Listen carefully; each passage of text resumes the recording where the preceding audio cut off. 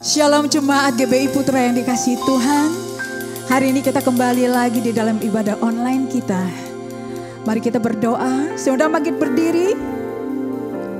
Bapa, kami sungguh bersyukur untuk pagi hari ini. Kami bersyukur untuk hari yang Tuhan berikan bagi setiap kami. Ketika kami bangun, kami boleh bernafas semua karena anugerah Tuhan. Oleh sebab itu Tuhan, kami mau bersyukur kepadamu. Kami mau bawa segenap hidup kami di atas mezbah-Mu Tuhan. Mari kuasa darah Yesus, sucikan, kuduskan setiap kami. Roh jiwa kami, hati kepikiran kami Tuhan. Layakan kami untuk menghadap hadirat-Mu. Membawa pujian penyembahan kami bagi-Mu. Terima kasih Bapa. Jam-jam yang kudus ke depan kami serahkan dalam tangan kasih-Mu. Dalam nama Tuhan Yesus Kristus kami berdoa dan kami mengucap syukur. Kita yang siap memuji Tuhan, kita katakan amin. Haleluya. Mari bawa korban syukurmu di hadapan Tuhan. Bawa pujianmu baginya.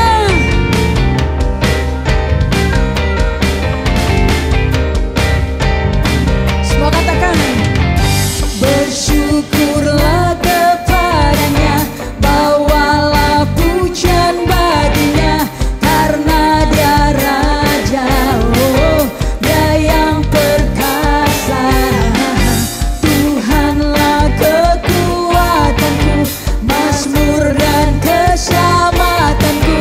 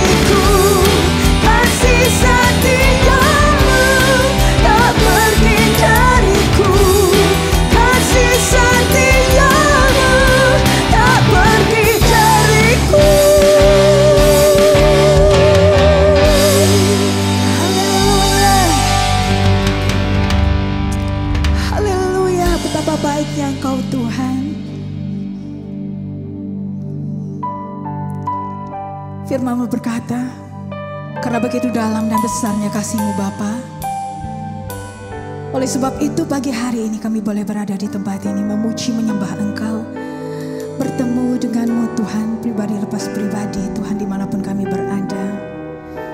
Bagi setiap kami yang telah menerima pengampunan-Mu Tuhan, pengampunan yang kami alami itu Tuhan memancarkan Tuhan kepada orang lain di sekitar kami, sehingga di dalam segala sesuatu Tuhan kami selalu terbuka Tuhan pintu pengampunan bagi siapapun Tuhan.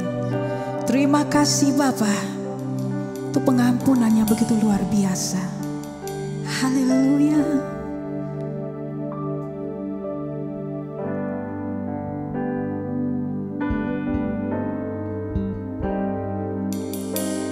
Dalamnya kasih-Mu Bapa,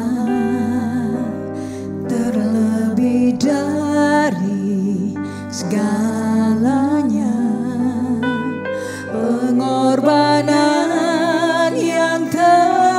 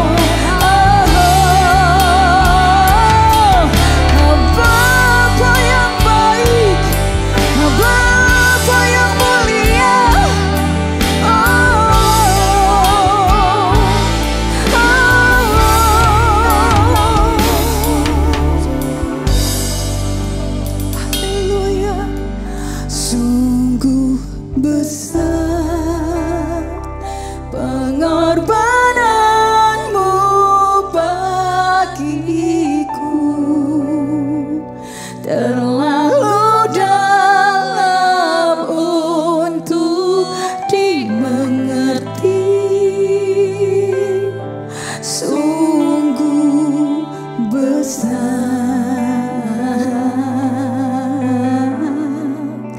sungguh indah yang kau pikirkan tentangku, tak terselami bagiku. Katakan, sungguh indah, sungguh besar, sungguh besar pengorbananmu bagiku, terlalu dalam untuk dimengerti, sungguh besar,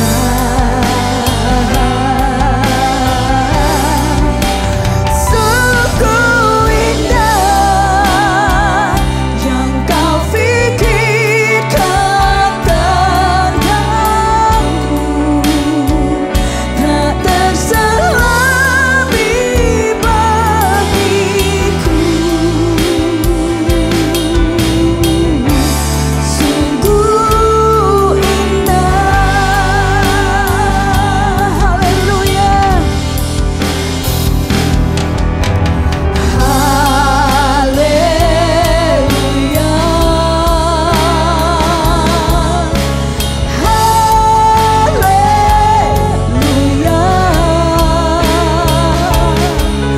Bagi anak domba yang duduk di tahta. Serukan haleluya, haleluya, haleluya.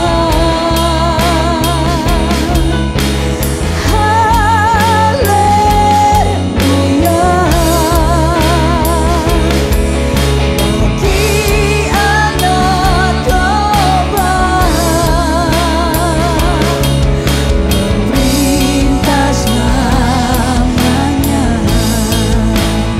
Sembah Dia, katakan haleluya,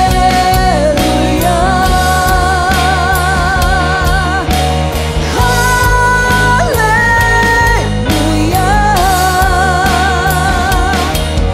Bagi anak domba yang duduk di tahta. Haleluya, haleluya.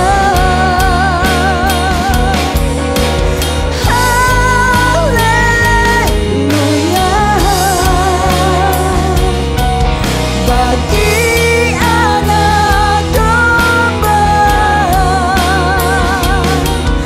melintas namanya. Bagi anak domba, anak domba, bagi anak domba, bagi anak domba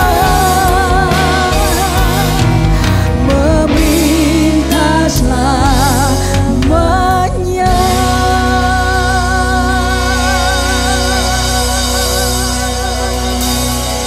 Haleluya, haleluya.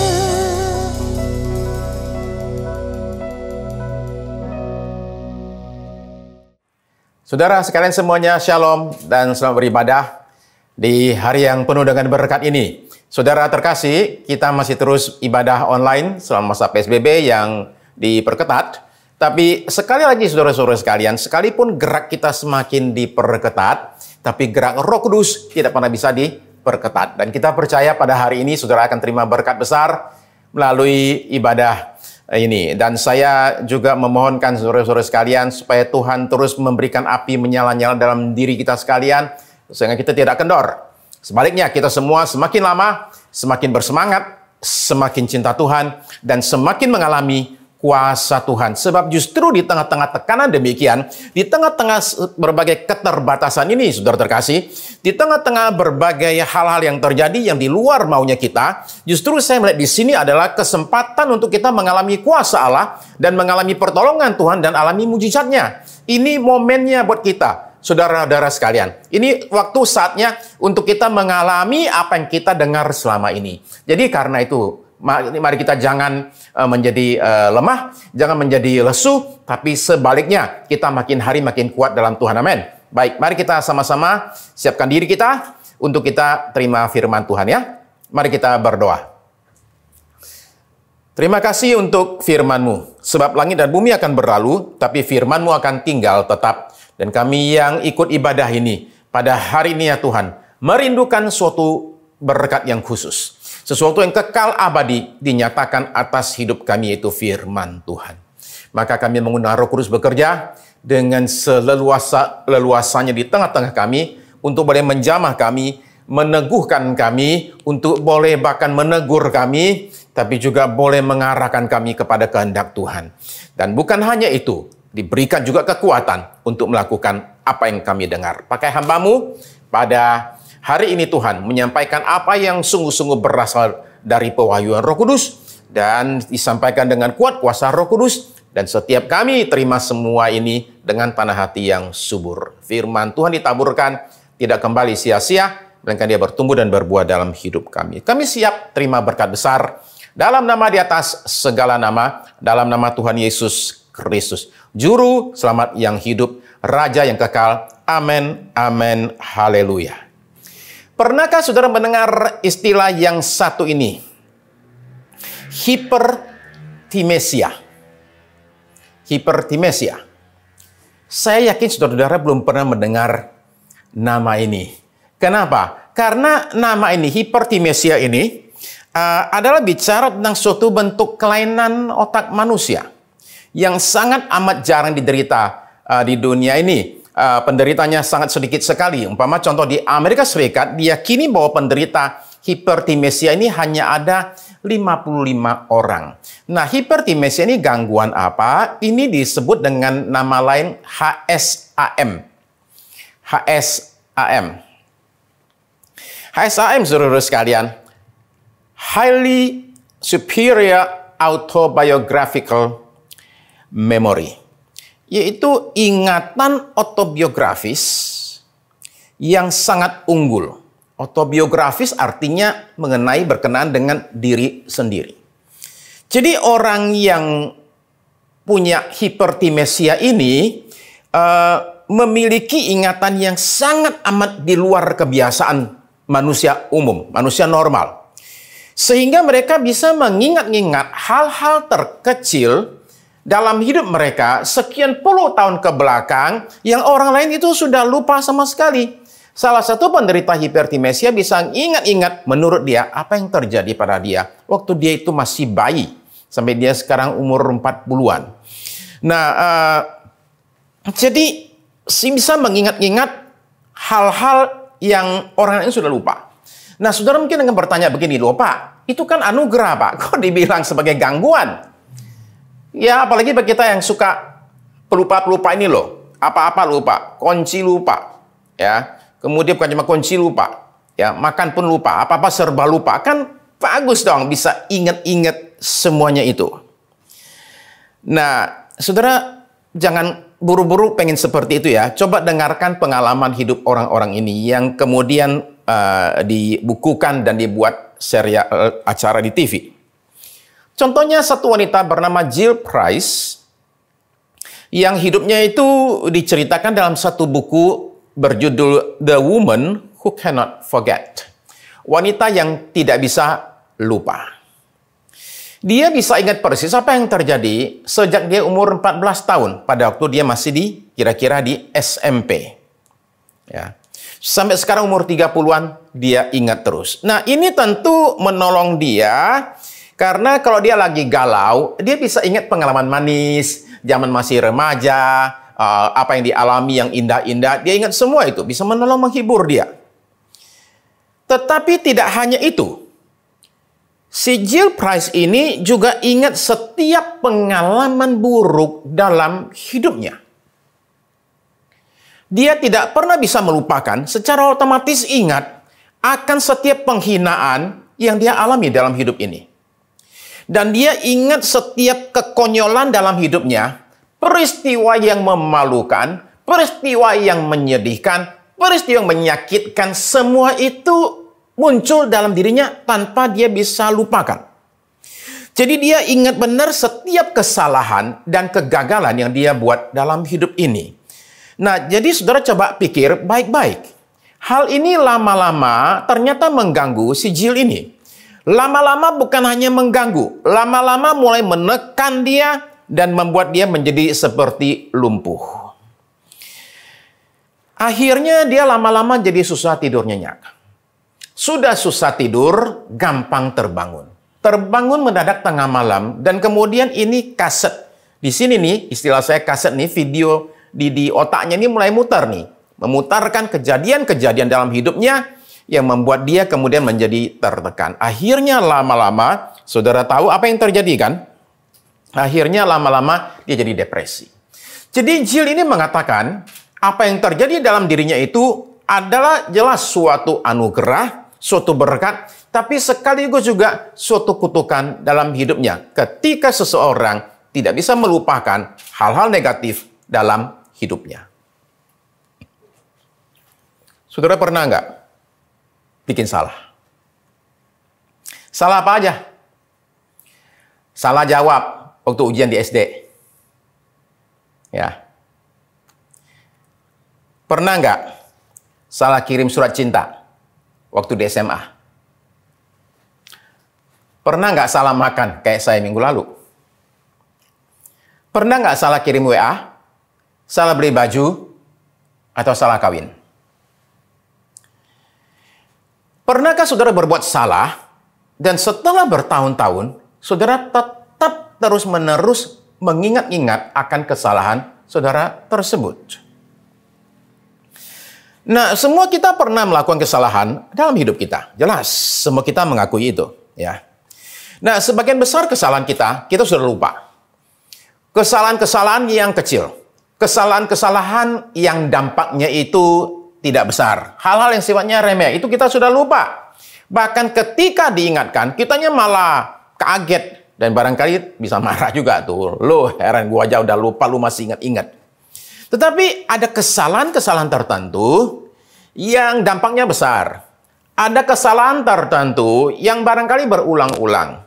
Yang membuat kita itu susah lupa akan hal tersebut. Jadi saudara-saudara menemukan bahwa sebenarnya salah satu anugerah Tuhan yang besar buat kita adalah kemampuan kita untuk bisa lupa. Ada kesalahan-kesalahan tertentu yang setelah bertahun-tahun kemudian, berpuluh-puluh tahun kemudian, masih terus mengejar seseorang. Saya kasih contoh, seorang rocker terkenal bernama Gregg Allman. Gregg Allman ini bersama dengan abangnya Duane itu mendirikan satu band bernama The Allman Brothers. Nah, saudara-saudara yang dulu suka rock ya, musik rock dulu itu ya, yang umurnya di atas 5-60 tahun. Barangkali pernah dengar band Allman Brothers. Nah, ini kakak beradik ini dekatnya bukan main. Tapi suatu hari, tahun 71, ya, mereka berdua ini ribut soal narkoba. Jadi, si Greg ini nyolong narkobanya punya si abangnya. Kemudian ketika abang curiga dan nanya, Greg, kamu ambil, saya punya itu ya, obat ya? Nah, si Gregnya itu menyangka, bilang, enggak, siapa yang ngambil? Enggak kok, ya. Nah, oke, si Duane percaya, udah sorry nih, gua main curiga aja nih, main tuduh aja nih, sorry nih. Nggak lama kemudian, si Duane itu mati, kecelakaan. Dari sejak hari itu, tahun 71, sampai tahun 2012. Jadi itu selama berapa puluh tahun jadinya ya? Selama 41 tahun ya. Si Greg Allman ini mengaku ketika dia karang satu buku tahun 2012, cerita pengalaman hidupnya, yaitu My Cross to Bear, salib yang harus aku pikul. Dalam buku tersebut, Greg itu menceritakan tentang pengalaman tersebut. Dan dia cerita bahwa setiap hari saya ingat terus akan peristiwa itu. Bahwa kata-kata terakhir saya kepada abang saya adalah suatu kebohongan. Saya setiap hari memikirkan kebohongan saya. Dan, perhatikan kata-kata berikut. Dan saya setiap hari menyalibkan diri saya gara-gara kesalahan tersebut. Saya tahu abang saya nggak akan mau suka lihat saya demikian. Menderita terus demikian. Tapi dia bilang saya nggak punya pilihan. Karena saya nggak bisa kembali ke masa lalu dan membetulkan kesalahan saya. Nah, ini bukan hanya kisah dua bersaudara yang kemana-mana berdua. Menurut saya, ini juga kisah tentang dua teroris yang kemana-mana selalu berdua dalam jiwa manusia. Teroris yang saya maksud adalah satu, yang namanya rasa bersalah. Yang kedua, yang namanya penyesalan. Ini muncul selalu berdua nih. Rasa bersalah dan penyesalan. Nah, dua ini bisa sangat menakutkan, sangat mengerikan, dan bisa membawa kehancuran yang besar dalam hidup seseorang. Ya. Di awal, dua hal ini adalah sesuatu yang manusia perlukan dalam hidup ini. Kita semua perlu yang namanya rasa bersalah. Karena rasa bersalahlah kita berhenti lakukan sesuatu perbuatan yang tidak baik. Karena rasa bersalahlah kita datang kepada Tuhan. Jadi rasa bersalah itu memang kita perlukan sampai batas tertentu. Kalau tidak, kita akan terus-menerus banyak dosa dan kemudian ulang kesalahan kita dengan tenang. Ya, kita perlu ada sampai ukuran tertentu rasa bersalah dan penyesalan dalam hidup ini. Nah, tetapi kalau dibiarkan berkembang terus nih, maka dua hal ini akan menghancurkan. Menghancurkan apa? Dia menghancurkan namanya ketenangan dan damai dalam jiwa manusia. Mengganggu yang namanya tidurnya manusia. Bahkan mereka bisa membawa orang masuk ke dalam depresi, bahkan kepada yang namanya kegilaan. Ada orang-orang yang menjadi gila gara-gara hal demikian. Saudara tahu, saya pernah diminta untuk menolong satu kasus di mana satu orang itu melakukan satu kesalahan dalam hidupnya dan kemudian dia akhirnya menjadi gila. Ya, sebagian korban daripada dua teroris ini nih, bahkan ada yang sampai bunuh diri karena rasa bersalah dan penyesalan dalam hidup mereka. Nah, saya tahu saat ini saya sedang bicara kepada orang-orang yang pernah berbuat salah dalam hidup ini. Ya. Sebagian saudara bisa bereskan hal tersebut, sebagian lagi masih terus bergumul dengan rasa bersalah ini. Saya ajak kita melihat Alkitab dan belajar dari firman Tuhan apa yang harus orang lakukan ketika dia dalam hidupnya mengalami pergumulan yang seperti itu. Saya ajak kita melihat contoh tentang Yusuf dan saudara-saudaranya. Ketika Yusuf masih muda, saudara sudah tahu ceritanya, dia ini kan dihajar sama abang-abangnya. Dan kemudian dijual ke Mesir sebagai budak. Dan dia berakhir di rumah satu orang namanya Potifar. Setelah kerja di sana baik-baik, mulai agak naik, jadi kepalanya rumah tangga Potifar, kemudian dia atas tuduhan palsu dimasukkan ke dalam penjara. Jadi hidupnya ini naik turun, akhirnya turun sekali. Ya, tentu kita tahu apa yang terjadi kemudian dalam hidupnya, bahwa Tuhan mengangkat dia naik lagi menjadi Perdana Menteri di Mesir. Nah, lalu bencana kelaparan melanda wilayah Timur Tengah. Dan abang-abangnya yang dulu menjual dia itu, menganiaya dia itu, akhirnya karena kelaparan terpaksa datang ke Mesir yang masih ada makanan. Nah, di situ terjadilah perjumpaan ini antara kakak-kakak ini dengan si adik ini yang sekarang sudah berkuasa, persis seperti sinetron, saudara-saudara sekalian. Oke. Nah, lalu kemudian kita tahu ceritanya lagi bahwa akhirnya terjadilah perdamaian. Dan Yusuf mengampuni saudara-saudaranya, ya. Dia berdamai dengan mereka. Tapi ternyata mereka tidak berdamai dengan diri sendiri. Dari mana kita tahu? Coba perhatikan pergumulan para saudara-saudara Yusuf dengan rasa bersalah mereka. Kita mulai umpama contoh, Kejadian pasal yang ke-37. Kejadian 37 adalah awal cerita kisah keluarga ini. Jadi, Yusuf ini kemudian dijual oleh abang-abangnya, dan kemudian mereka pulang lapor sama si papi. Nah, ini ayat yang ke-35. Si papi paling sayang sama anaknya ini, sekarang anaknya katanya mati diterkam binatang buas. Dia kemudian menangis sedih sekali.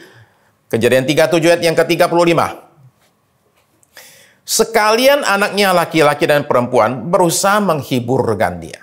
Jadi anak-anak ini berusaha menghiburkan si papi yang lagi dalam keadaan berduka sekali. Tetapi ia menolak dihiburkan. Ya. Nah, saudara perhatikan poin saya adalah begini. Kalau mereka tidak punya rasa bersalah, mereka itu tidak akan menghiburkan si papi. Mereka bahkan akan mensyukuri, amin, dasar papi itu rasain tuh, makanya anak jangan terlalu sayang-sayang kayak gitu tuh, nggak punya yang namanya nggak usah pilih-pilih kasih kayak gitu. Mereka akan mensyukuri. Tapi bahwa mereka itu kemudian berusaha menghiburkan si papi, sebenarnya itu salah satu tanda awal mereka mulai merasa bersalah nih. Mestinya kita kemarin jangan begitu. Lalu kemudian kita lihat selanjutnya di Kejadian 42. Ayat 21 sampai 22. Nah, saudara perhatikan ya. Di sini mereka sudah ketemu dengan Yusuf. Oke, sudah ketemu dengan Yusuf. Dan ini yang terjadi, Yusuf itu menuduh mereka, ini mata-mata jelas. Nah, awas nih, mau ngapain ke sini. Jadi kemudian mereka itu berkata satu dengan yang lain. Kejadian 42 ayat 21.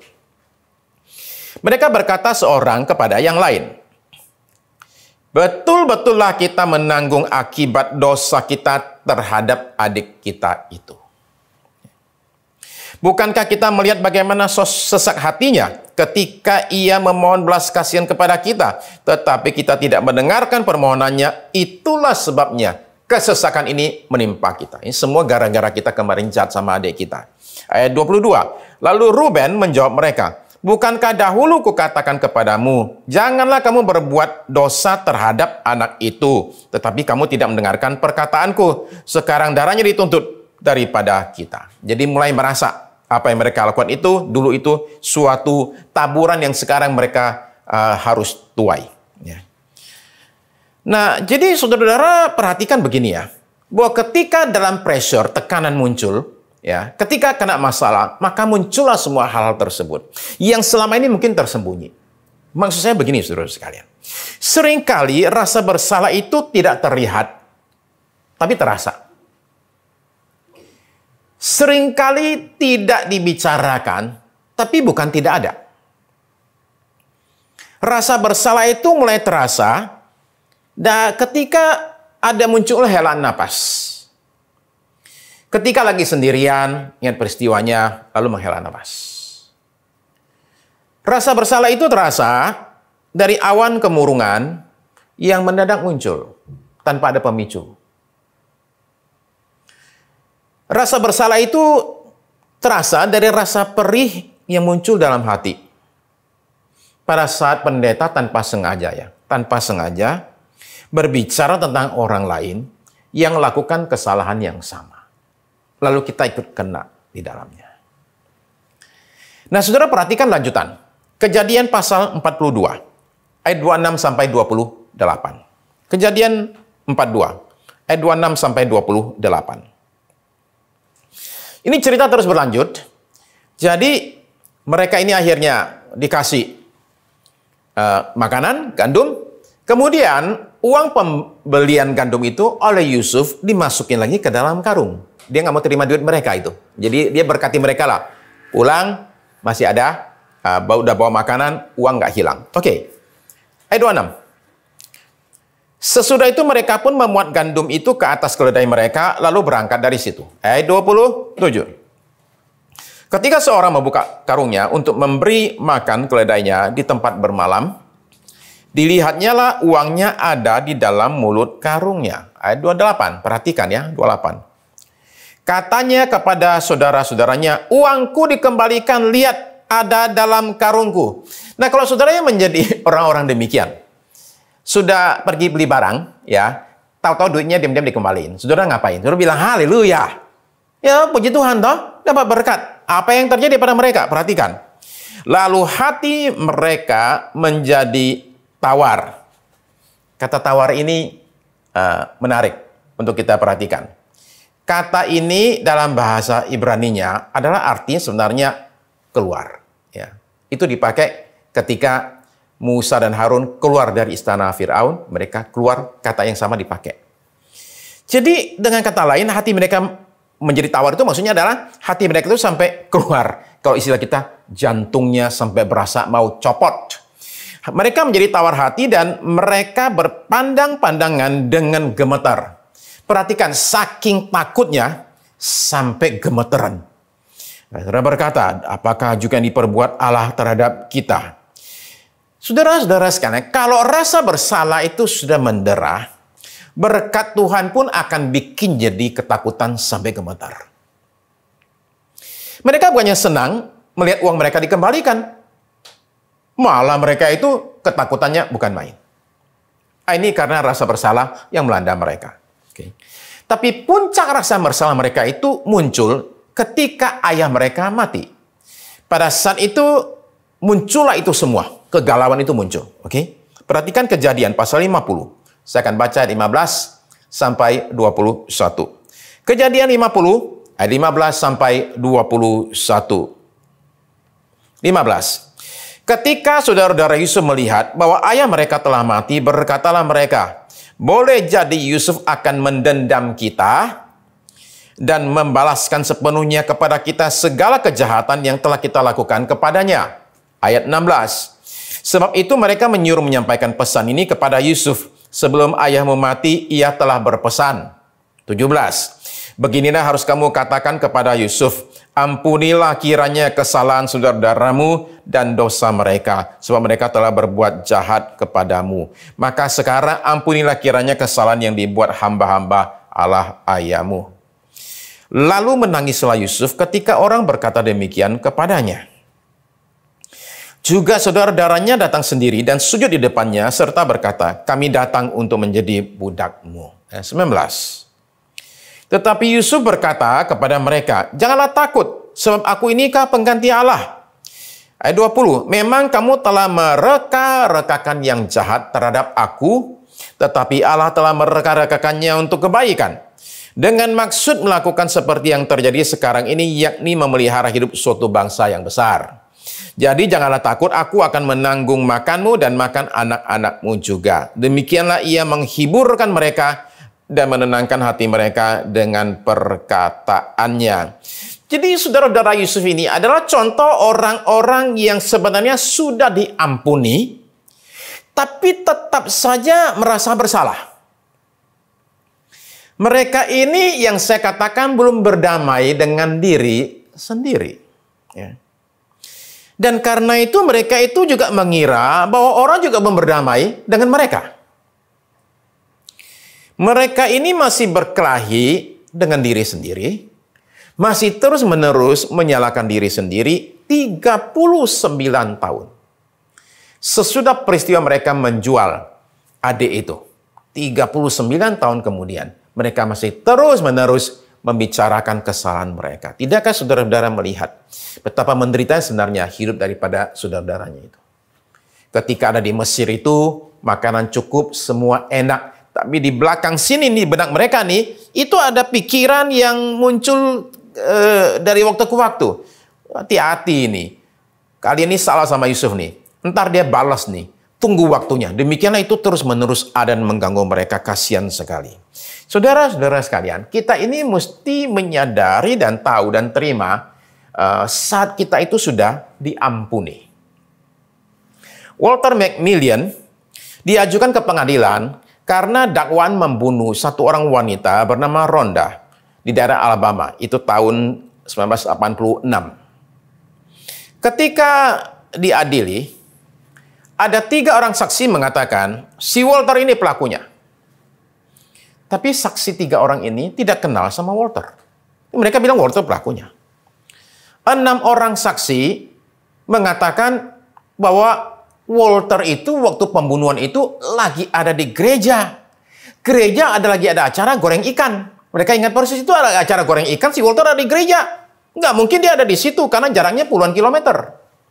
Sekalipun demikian, tetap saja jaksa menuntut hukuman penjara untuk Walter. Akhirnya juri putuskan dia bersalah. Tapi hakim rupanya kejam sekali dan mengatakan sekalipun hanya dituntut hukuman penjara, saya hukum mati. Demikianlah Walter ini dijatuhi hukuman mati.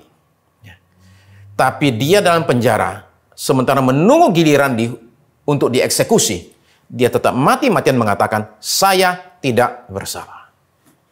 Seorang pengacara muda lulusan Harvard bernama Bryan Stevenson memutuskan untuk membela terpidana mati ini. Dan dia ajukan berkali-kali ke pengadilan untuk mohon supaya diadili ulang.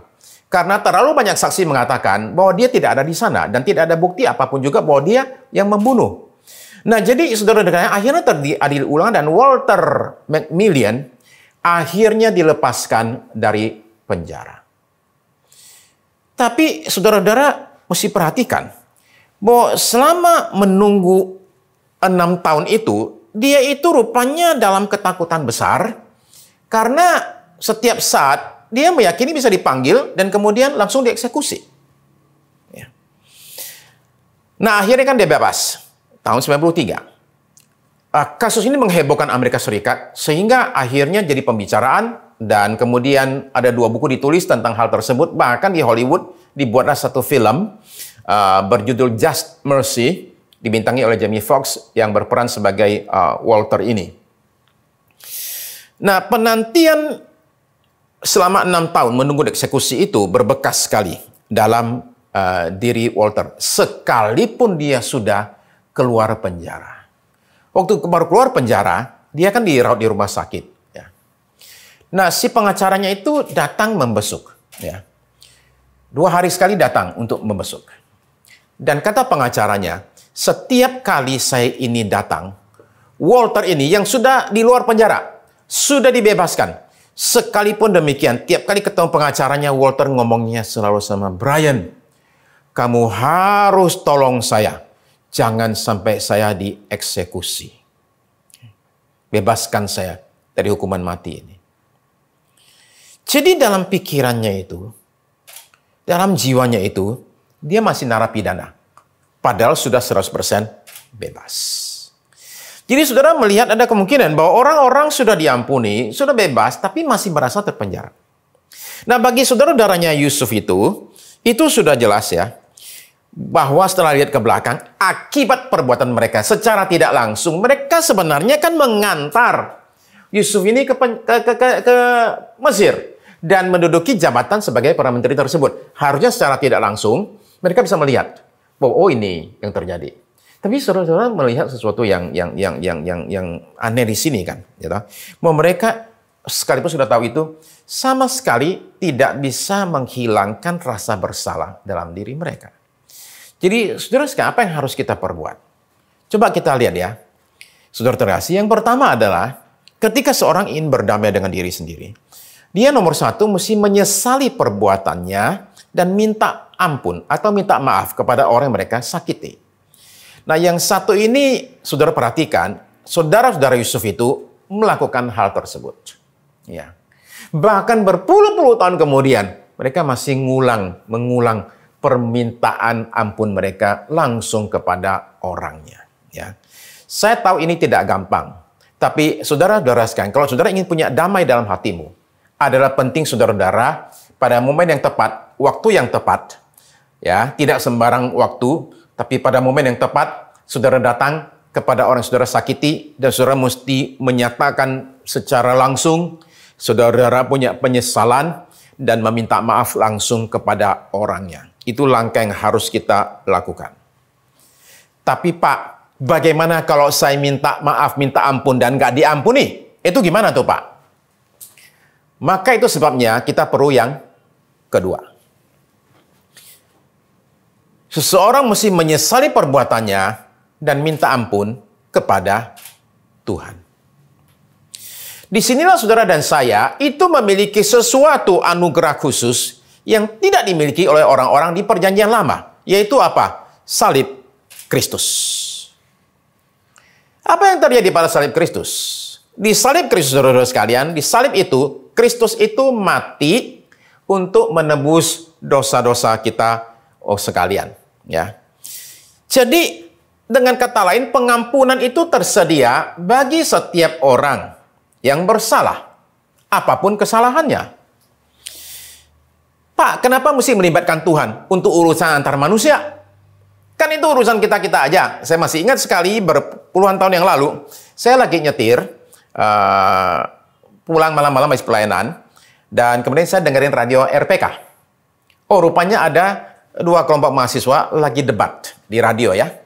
Topiknya adalah seks di luar nikah. Boleh apa enggak?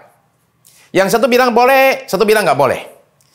Nah, yang bilang boleh itu alasannya begini. Apa yang diperbuat oleh dua orang anak manusia itu adalah sesuatu yang antara mereka berdua saja. Hubungan suka dengan suka tidak merugikan orang lain. Kenapa mesti dilarang?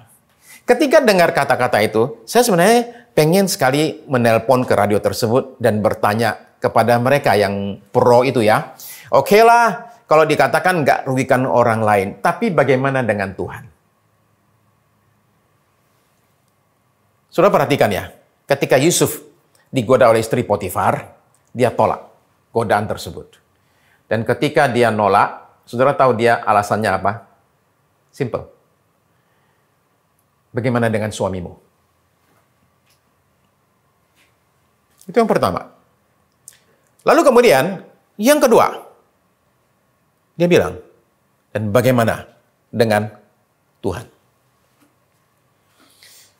Saudara dan saya perlu tahu satu hal, bahwa setiap perbuatan manusia, entah baik, entah buruk, itu selalu terkait dengan Tuhan. Dan Yusuf sadar sekali, bahwa ketika istri Potifar menggodai dia, dan seandainya dia berkata iya dan mau, dia melanggar perintah Tuhan. Ketika Tuhan Yesus menjumpai Saulus di dekat Damaskus, apa kata Tuhan kepada dia? Saulus, Saulus, mengapa engkau menganiaya aku? Loh, saudara-saudara sekalian, Saulus itu tidak pernah secara langsung menganiaya Tuhan Yesus. Nggak ada kisahnya itu. Tapi saudara-saudara perlu memperhatikan bahwa di hadapan Tuhan, menganiaya orang Kristen itu sama saja menganiaya dia. Itu jelas di mata Tuhan. Menganiaya murid-muridku sama saja menganiaya aku. Nah, saya berharap saudara yang merasa teraniaya, yang selama ini diolok-olok karena iman saudara, sadarkan satu hal ini ya, bahwa ketika saudara dianiaya dan diolok-olok, bahkan diancam, yang patut dikasihani adalah orang yang mengancam kita itu. Ya, kenapa? Karena mereka itu menganiaya bukan kita saja, tetapi Kristus. Lalu saudara-saudara melihat juga ya, bahwa Tuhan Yesus berkata di Matius pasal 25.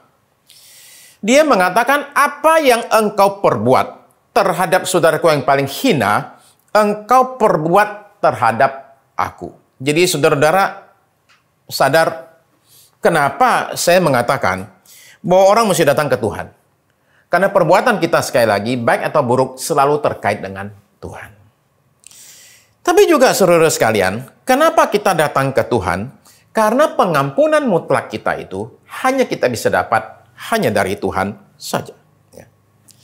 Kalau Tuhan sudah menyatakan bahwa kita diampuni, maka tidak ada seorang pun di dunia ini, siapapun juga, yang masih boleh menyatakan kita ini bersalah.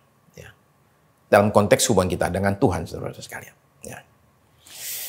Nah, ini tidak membuat orang bersalah, kemudian jadi sombong, petanda-petenteng, ya, kemana-mana busungkan dada ya, dan bilang, saya sudah diampuni oleh Tuhan. Itu orang kena lagi dosa berikut. Apa itu? Kesombongan. Ya. Nah, akankah Tuhan bisa mengampuni saya? Sebab saya punya perbuatan ini adalah perbuatan yang berat sekali, bikin kerusakan besar sekali, dan saya ulang-ulang. Saudara terkasih, kita mesti ingat bahwa hanya ada satu dosa saja yang tidak terampuni, yaitu menghujat Roh Kudus. Apa itu menghujat Roh Kudus? Menghujat itu jelas bicara soal mulut. Ya. Menghujat Roh Kudus adalah menuduh karya Roh Kudus sebagai karya dari kuasa kegelapan atau setan. Itu namanya menghujat Roh Kudus. Roh Kudus dibilang roh setan. Selain dari itu, saudara sekalian, tidak ada dosa seberat apapun juga yang tidak bisa diampuni oleh Tuhan. Kuasa pengampunan Tuhan lebih besar daripada kuasa kehancuran akibat dosa, saudara terkasih. Nah, tentu lain ceritanya ya. Kalau saudara-saudara ada orang tidak mau datang, nggak mau bertobat, itu lain ceritanya. Ya. Selama orang masih merendahkan diri dan datang ke bawah kaki salib Yesus, selama itu pula pengampunan tersedia bagi orang tersebut. Sekalipun dosamu merah seperti kirmisi, akan menjadi putih seperti salju. Sekalipun merah seperti kain kesumba, akan menjadi putih seperti bulu domba. Saudara sekalian, yang pertama, kita ini perlu menyesali perbuatan kita dan minta ampun kepada orang kita sakiti. Yang kedua, kita perlu menyesali kesalahan kita, dosa kita, dan kemudian kita minta ampun kepada Tuhan. Yang ketiga, kita perlu berdamai dengan diri sendiri dan belajar mengampuni diri kita. Terlalu banyak orang, saya katakan tadi, berkelahi bukan dengan orang lain, tapi dengan diri sendiri. Ya. Banyak orang tidak bisa menerima diri sendiri. Banyak orang nggak bisa menerima kesalahan diri sendiri. Banyak orang berharap dirinya itu sempurna. Ya, apalagi kalau akibat kesalahannya itu sangat berat dan lama. Ya, saya bisa pahami itu, saudara sekalian. Sebab selama bertahun-tahun saya berkelahi dengan diri saya. Saya marah dengan diri saya akibat kematian anak saya yang pertama. Saya tahu apa yang namanya rasa bersalah dan penyesalan. Saya tahu apa rasanya ketika air mata itu muncul tanpa kita bisa tahan. Tapi mungkin sekarang waktunya untuk kita berkata, sudah cukup. Pada bulan Juni tahun 98, saudara tentu tahu tanggal ini karena sebulan sebelumnya Mei 98, Jakarta itu hancur. Pada bulan Juni 98, sekelompok orang Kristen berkumpul di Hotel Shangri-La untuk acara KKR. Judulnya itu Empowered to Possess. Nah, saya waktu itu adalah panitia. Tapi kemudian dapat tugas menerjemahkan. Yang hadir itu 2.000 orang. Ya, itu suatu gerakan roh yang luar biasa. Saat semua orang ketakutan, kita justru berkumpul dan berdoa bersama-sama untuk bangsa. Nah, hari itu saya menjadi penerjemah untuk pembicaranya namanya George Anadorai. Saya kenal baik sama George, tapi belum pernah menerjemahkan dia. Jadi saya nggak tahu gayanya dia seperti apa, khotbahnya seperti apa. Tapi ya udah, saya maju dan pada hari itu sound system jelek sekali sehingga monitor di panggung dibalikin, diarahin kepada jemaat yang hadir. Jadi di panggung tidak ada monitor sama sekali. Saya nggak dengar apa kata Josh kecuali dari mulutnya langsung. Dan saya hari itu, istilah saya itu lintang pukang, jungkir balik menerjemahkan George Anadorai. Dan saya turun dari mimbar hari itu, capek sekali dengan lesu. Dan salah satu orang bilang sama saya begini, waduh Pak Sukiro sampai keringetan ya tadi ya. Waduh, betul-betul kerepotan ya. Saya bilang iya. Malam itu saya menginap di Hotel Bintang 5 selama 4 malam. Ya, oleh kebaikan hati satu orang.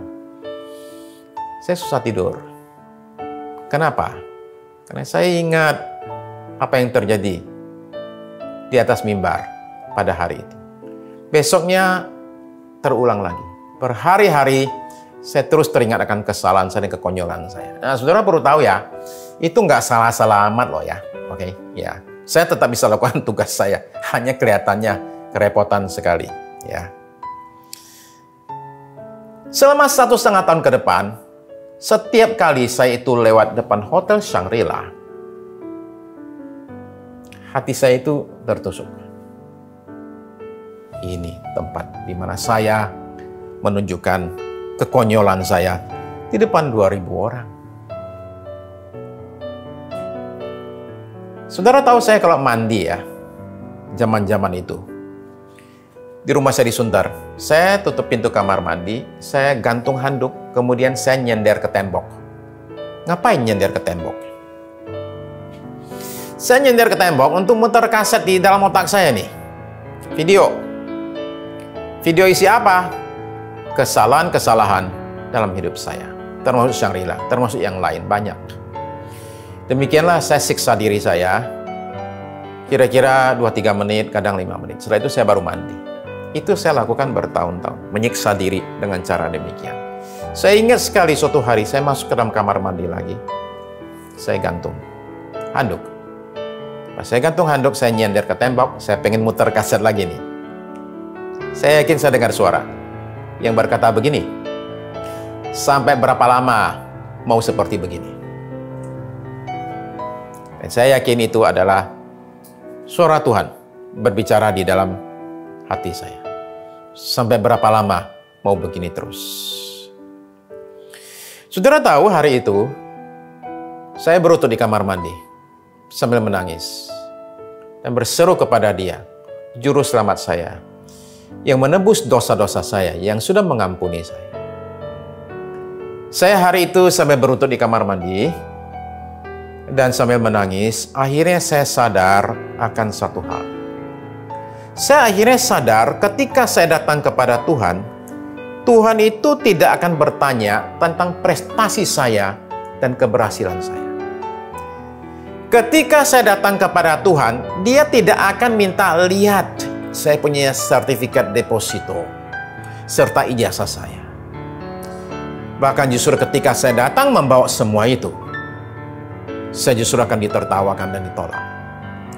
Akhirnya saya sadar orang mesti datang kepada Tuhan dalam segala kehancurannya, dalam segala kegagalannya, dan dalam segala kesalahannya. Untuk kita datang kepada Tuhan dan bilang ini, Tuhan, hidupku semua ini kacau balau. Hidupku sama ini berantakan. Hidupku selama ini nggak tahu mesti diapain. Kita datang kepada Tuhan, justru membawa kehancuran kita, saudara-saudara sekalian. Bukan membawa keberhasilan kita. Kita datang kepada Tuhan itu justru membawa kita punya air mata, saudara sekalian. Kita datang dengan membawa serpian-serpian hidup kita. Dan datang kepada Dia yang sanggup mengubahkan segala-galanya. Saudara-saudara sekalian, kita datang kepada Dia dalam segala kerendahan hati kita. Karena Alkitab berkata demikian. Allah menentang orang yang congkak, tetapi mengasihani orang yang rendah hati. Tuhan itu dekat kepada orang-orang yang patah hati. Dan Ia menyelamatkan orang-orang yang remuk jiwanya. Tuhan kita menerima kita apa adanya. Kenapa kita sendiri menolak diri kita? Setelah berdamai dengan diri sendiri, saudara sekalian, mari kita bergerak maju dalam hidup ini. Dan menunjukkan buah-buah pertobatan yang akan memberitahu kepada orang-orang bahwa orang ini benar sudah berubah. Tindakan nyata kita perlukan, saudara terkasih. Saya mau tutup ini dengan satu cerita, saudara-saudara sekalian. Shannon Etheridge, pengarang buku rohani terkenal khusus buat kaum wanita. Ya. Nah, Shannon ini terima banyak sekali penghargaan. Buku-bukunya itu terjual laku sekali. Dan dia mengarang satu seri khusus untuk para wanita yang ingin hidup suci. Every Woman's Battle. Nah, saudara tahu bahwa kesadaran akan hidup suci ini dia dapatkan bukan ketika dengar khotbah pendeta di dalam gereja. Bukan ketika dia baca Alkitab. Kesadaran itu dia dapatkan di mana? Di ruang jenazah. Karena ternyata dia pergi sekolah yang agak unik, itu sekolah untuk orang yang ingin membuka rumah duka. Untuk itu nona muda ini harus banyak berurusan dengan mayat. Dan dia bercerita bahwa ketika dia itu lagi ngurusin mayat-mayat itu, pada zaman itu banyak orang mati karena HIV/AIDS atau bunuh diri karena kena HIV/AIDS.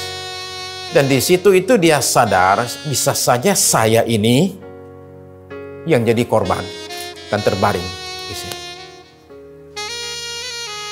Jadi inilah orang yang terkenal sukses, diundang kemana-mana. Ya. Tapi saudara tahu bahwa semua keberhasilan itu diawali dengan satu kejadian tragis. Ketika umur 16 tahun, Shannon ini nyetir mobil ke sekolah dan menabrak mati seorang wanita bernama Marjorie.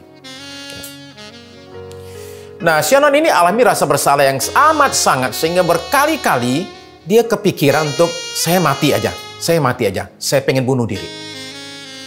Dan yang menghalangi dia untuk bunuh diri ternyata adalah suami daripada korban yang dia tabrak mati. Si sang suami ini, Gary, itu berkata kepada anak muda ini, saya ampuni kamu. Ya. Bahkan dia menyuruh pengacaranya untuk membatalkan semua tuntutan. Sehingga Shannon ini akhirnya tidak dipenjara.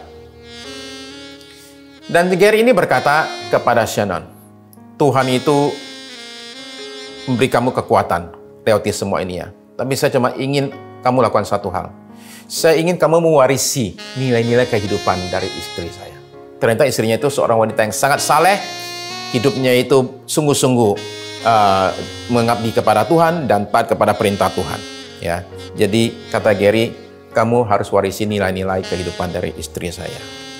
Nah, bagi Shannon, tindakan Gary itu menunjukkan kasih Allah yang luar biasa dan membuat dia bisa mengatasi rasa bersalahnya ketika dia menerima pengampunan tersebut dan kemudian dia bergerak maju.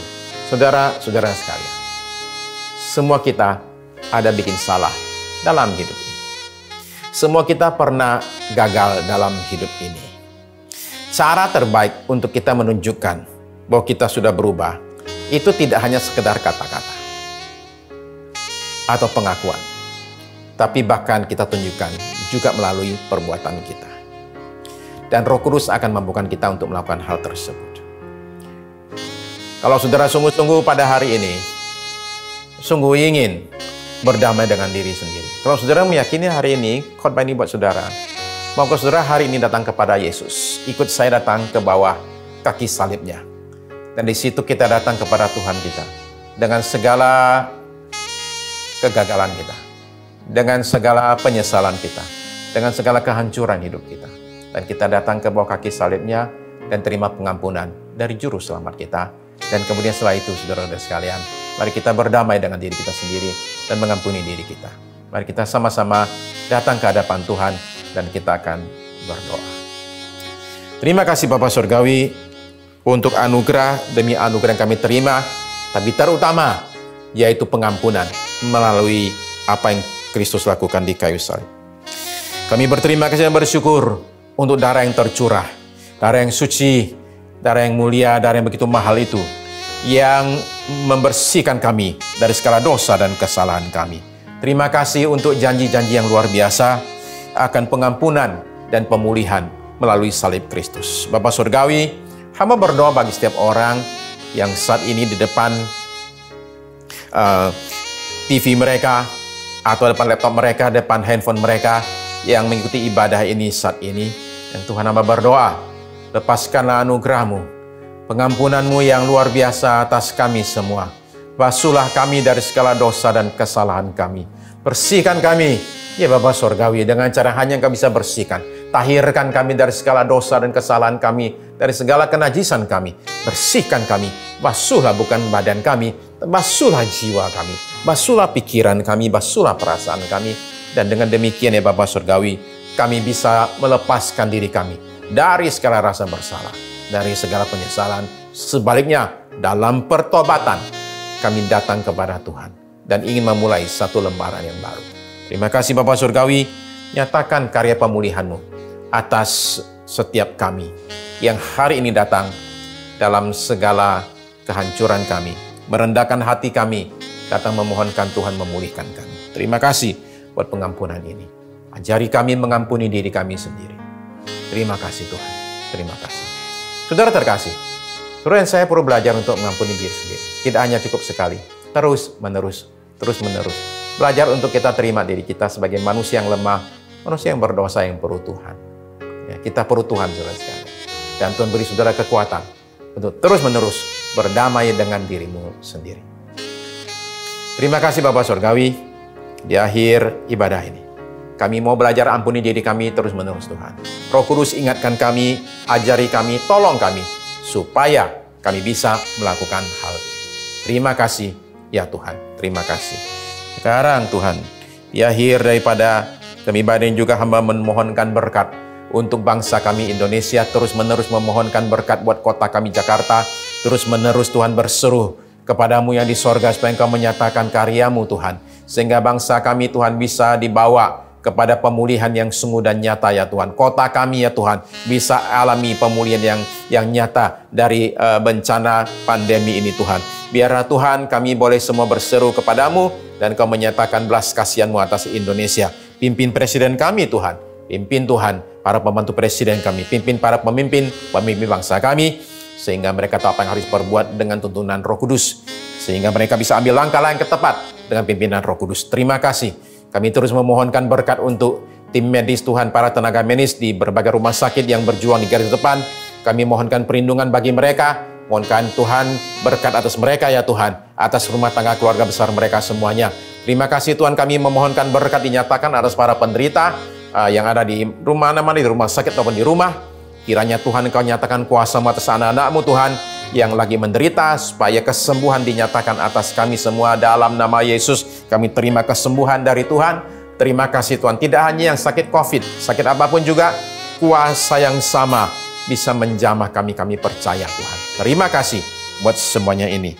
Kiranya Tuhan Engkau nyatakan berkat-Mu saat ini juga Tuhan atas umat-Mu di GP Putra. Dalam segala hal yang kami lakukan, Tuhan menjagai kami, memelihara kami di tengah-tengah tekanan yang ada, di tengah-tengah kegelapan yang menutupi muka bumi ini.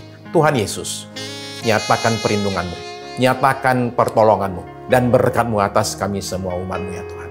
Sehingga kami sehari-hari ini tidak akan kekurangan apapun juga. Tidak akan kekurangan perlindungan, tidak akan kekurangan makan, minum, pakaian apapun juga. Karena Engkaulah yang menjaga dan memelihara kami. Terima kasih ya Tuhan buat semuanya ini. Sekarang ya Tuhan Yesus, berkati tim media, berkati tim PW Tuhan. Berkati mereka yang berulang tahun juga sepanjang minggu yang sudah lalu. Anugerah Tuhan dilimpahkan atas kami sekalian. Terima kasih. Sekarang turunkan berkat-Mu Tuhan atas kami sekalian. Saudara terkasih dalam Tuhan Yesus, ibadah kita hari ini sudah selesai. Marilah kita berpisah satu dengan yang lain dengan membawa berkat berlimpah dari Allah Bapa kita di sorga, cinta kasih dari Tuhan kita Yesus Kristus, bimbingan, pertolongan, penyertaan Roh Kudus dari sekarang ini sampai Maranatha, Tuhan kita kembali kali yang kedua. Amin. Amin.